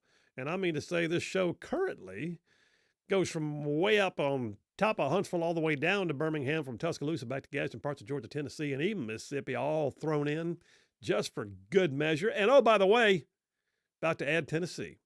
So yeah, East Tennessee, we are looking forward to having you in the Rightside fold. So a week from today, Rightside Radio goes live on the air at WGOW AM 1150 in Chattanooga, the big talk station there in Chattanooga, and we're pretty stoked about it. That covers a lot of space too. That one station covers all the Chattanooga region in East Tennessee, as well as Northwest Georgia and Northeast Alabama. It's a pretty good signal. Also a great lineup they got up there. I know Bongino, Shapiro, I believe, in the mix there too. So we're joining a great lineup up there too. Yeah, we are. I think it's going to be the same, much like we have in Huntsville. Yeah. And I believe Mark Levin will follow us. Yeah, I don't want to brag or anything, but we're pretty excited. But yeah, anyway, looking forward to having that. And you guys, listen, Rightside Media is growing. We just sent out a press release today. I know that some of y'all already know, but we have added 2 additional podcasts to the repertoire. We got a lot going on. So Rightside Media, the parent company, has multiple productions and products. And we now have Rightside Radio, which is still the 3-hour daily. That's where we started. But now we also have 4 separate podcasts, video podcasts. We have Right Philosophy, that's mine. We have Right Click, that's Birdman. We have Liberty Minute with former Navy SEAL Jared Hudson. We have The Controversial Mom with Moms for Liberty founder Emily Jones. And then we also podcast the live show every day, so you can pick up the audio again later if you want to. And it's just crazy how much is going on. And then, oh, by the way, I've got a written op-ed that comes out in like 18 different news outlets around the region every week. So still trying to figure out how all this happened, but we're glad you guys are along for the ride, because if you weren't there, it'd be a waste of time. All right, back on all this stuff, this walk on the world stage. There's some really disturbing stuff coming out of Great Britain right now. Now, first of all, Keir Starmer. Prime Minister Sir Keir Starmer is the current prime minister, and he is not popular. He's only been in office for 6 months. There's already talk of him being gone. So a new poll just came out. Breitbart has a story that aired yesterday. Breitbart says 1 in 3 Great Britons believe that Prime Minister Sir Keir Starmer will be kicked out of office before the end of the year amid growing discontent with his leftist Labour Party government's agenda. Once again, the grassroots is showing that it is sick to death of liberal policies. It says a third of voters in a survey recently conducted do not expect Prime Minister Starmer to last the year. 68% of them say he's doing badly. 69% say the country's headed in the wrong direction on things like cost of living. And there's apparently a growing crisis in their social health care system, which is another story in itself. But there's also a huge amount of anger growing over mass migration. People are sick to death of watching their country, like our southern border. England's been facing some of the same things. 68% say the government needs to introduce an annual cap on legal migration and stem the tide of mass migration. Okay, that's going on right now. Starmer's government right now is considering whether they would try to, pull a fast one and work it out to where 5 million foreign nationals who live in Great Britain would be allowed to vote. That sounds like a great plan. Here's an idea. Let's get folks who aren't even citizens to vote. Where does that sound familiar? I mean, I've heard that before. Where was that? Oh, California. So, yeah. But that's public sentiment on things that are related to policy and politics, the economy. But then there's a scandal that just kicked up in the last few days. I could have pulled this from a number of sources, but I pulled it from Town Hall. Town Hall Dateline yesterday.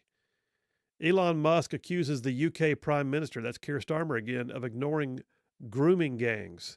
They're basically saying that there are gang rapes happening by Muslim men in Great Britain on a regular basis, and that the government knows about it and they try to downplay it because of political correctness. My first thought when I heard this was, is this one of those like social media rumors? No, it's not. The reason why this came to light is that a confidential report was done internal to the British government, and a member of Parliament took it to the floor of Parliament and read it out and wanted the Prime Minister to answer to it. Why have there been an estimated 250,000 rapes in Great Britain just this century alone? Y'all, that's 24 years. Why, in the first 24 years of this century, have there been an estimated 250,000 rapes, many of which, it says in the report, have been done by gangs of Muslim men who patrol the streets looking for a victim and sometimes even grooming their victims to be ready for the day they can gang rape them? It's just, it's a level of sickness and depravity that I can't even wrap my head around. But it goes one step further. I got to thinking, it's a scandal. It's absolutely a scandal if there's validity. But then here's where it gets worse. I did not know until today that Prime Minister Keir Starmer's resume includes the fact that he was the former Director of Public Prosecutions for Great Britain. In other words, he was like their Attorney General, suggesting that Keir's actions clearly indicated an overreach on his part to downplay the safety of young girls. Accusations are now going against Starmer, claiming he suggested that young girls under the age of consent could make, quote, informed choices. That's why we have statutory rape. That's why there cannot be relations with a child, because the child is legally determined to not be able to give adequate consent. He's saying they can. That's a quote, by the way. It comes after it was revealed that Keir Starmer had sent an email to police forces nationwide while he was the Director of Public Prosecutions, advising them against investigating sexual exploitation of young girls. What? Who does that? Elon Musk is now accusing the Prime Minister of consistently failing to hold rape gangs accountable, particularly Pakistani Muslim grooming gangs that systematically exploit underage girls.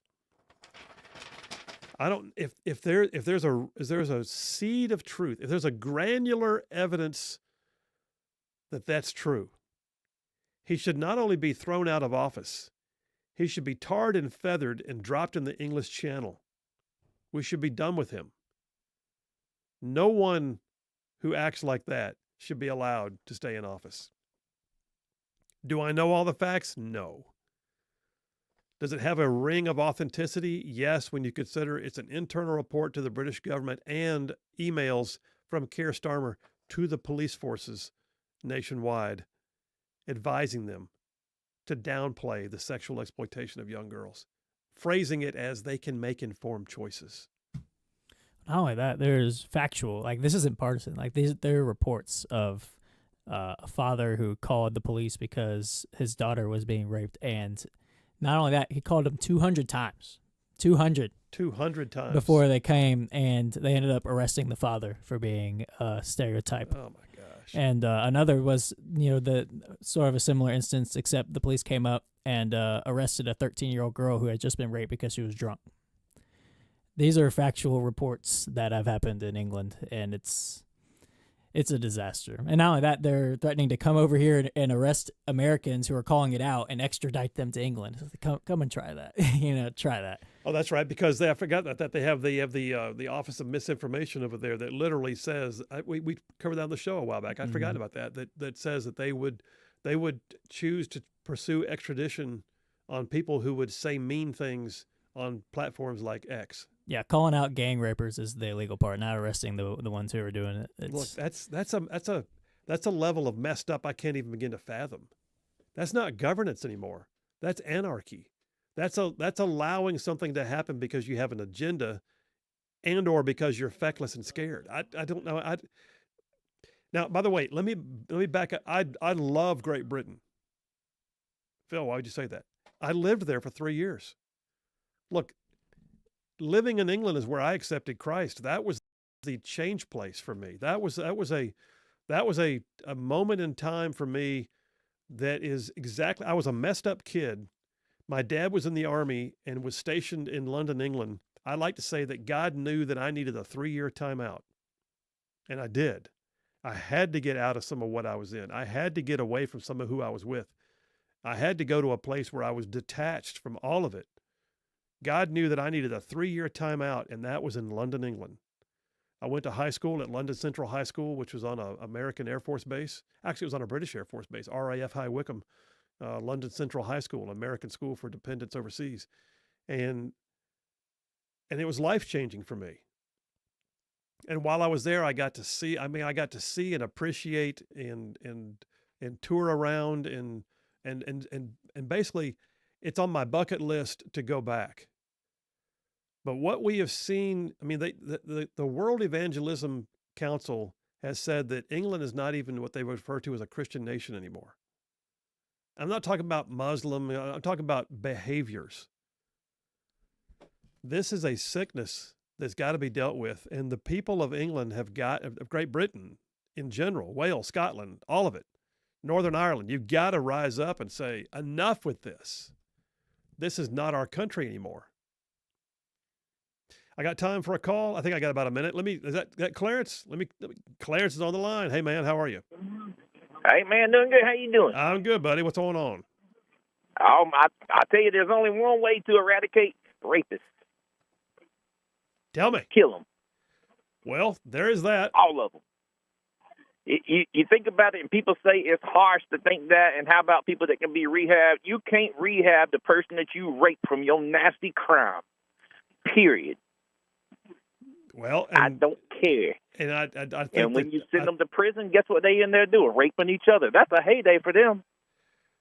The reality is, put the death penalty on it and see what happens. I don't think they even have the death penalty in England. Well, that's a whole other thing. Let me just go ahead and tell England to stop with trying to pull me back over there. I'll be your first tribute. Have fun. All right, man. The big thing with England too is we're starting to see it here in America. You can't say nothing about anybody in a different religion besides Christianity and get away with it. You say something about Islam, you a hate crime. Oh yeah, that kind of stuff's got to stop, because if it's wrong, it's still wrong.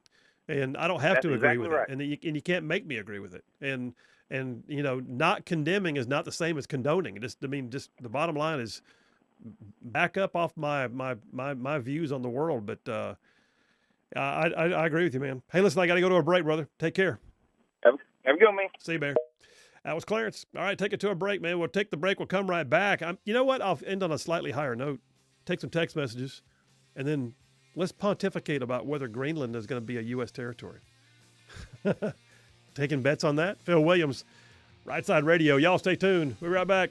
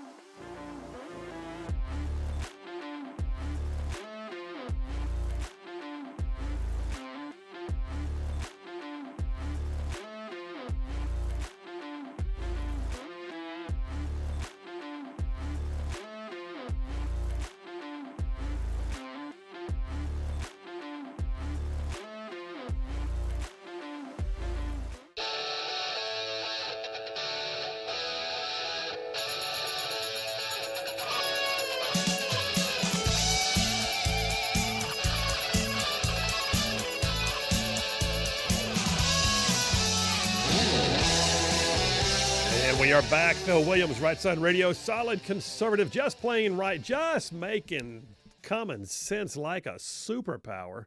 By the way, I don't know if he's going to be able to call in today. Jeff from Indiana sent me text messages of the snow he got up there, man. Yeah, I saw that. Like serious snow. Serious snow. Yeah, well, I was complaining about little flurries. Looks like he's got at least like 4 inches on the ground. Oh yeah, easily Yeah. 4 inches. And he also sent me a picture of the this totally like raided grocery store. Like there was this empty bread aisle. Like there's nothing in it. And so I get it. Hey, all right, let's wrap this up real quick, and then I'll take some text messages and take us to the end of the day. Meatloaf Monday, by the way, but Greenland. Have you ever looked at how big Greenland is? It's massive. It is massive. And a lot of resources. Lots and lots and lots. Population is pretty small. I think 57,000 is what I saw. Yeah, so the population of Greenland is smaller than, Huntsville. Yeah.